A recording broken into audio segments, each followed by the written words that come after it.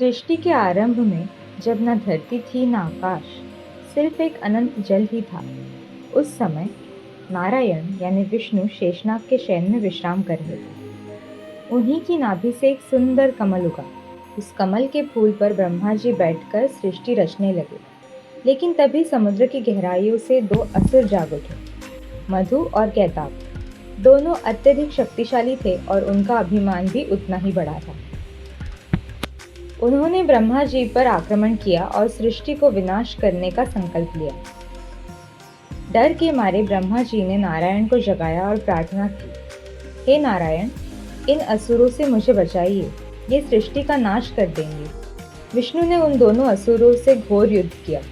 लाखों वर्षों तक समुद्र में ये युद्ध चलता रहा। विष्णु को प्रत्येक बार लगता ये दोनों असुर मर गए, लेकिन तुरंत ही और भी बलवान होकर लौट आते। तब विष्णु समझ गए कि ये शक्तिशाली असुर किसी और से नहीं, समुद्र के गर्भ से उत्पन्न हुए हैं। इसलिए जब तक उनका गर्भ ना तोड़ा जाए, तब तक उन्हें हराया नहीं जा सकता। नारायण ने उनसे कहा, तुम दोनों बहुत वीर हो, मैं तुम्हें युद्ध में हरा नहीं पाया। तुम चुनो अपनी इच्छा से अपनी मृत्यु का समय और जगह। मधु कैताब अपने गर्भ में भूल गए कि क्षण भर के लिए भी असुर को विवेक नहीं आता।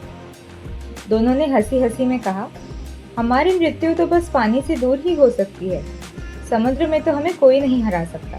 विष्णु ने तुरंत ही उन्हें समुद्र के जल से उठाकर अपनी गोद में रखा और एक ही प्रहार में उन दोनों के मस्तिष्क काट दिए। इस तरह विष्णु ने मधु कैताब का वध करके ब्रह्मा और सृष्टि की रक्षा की।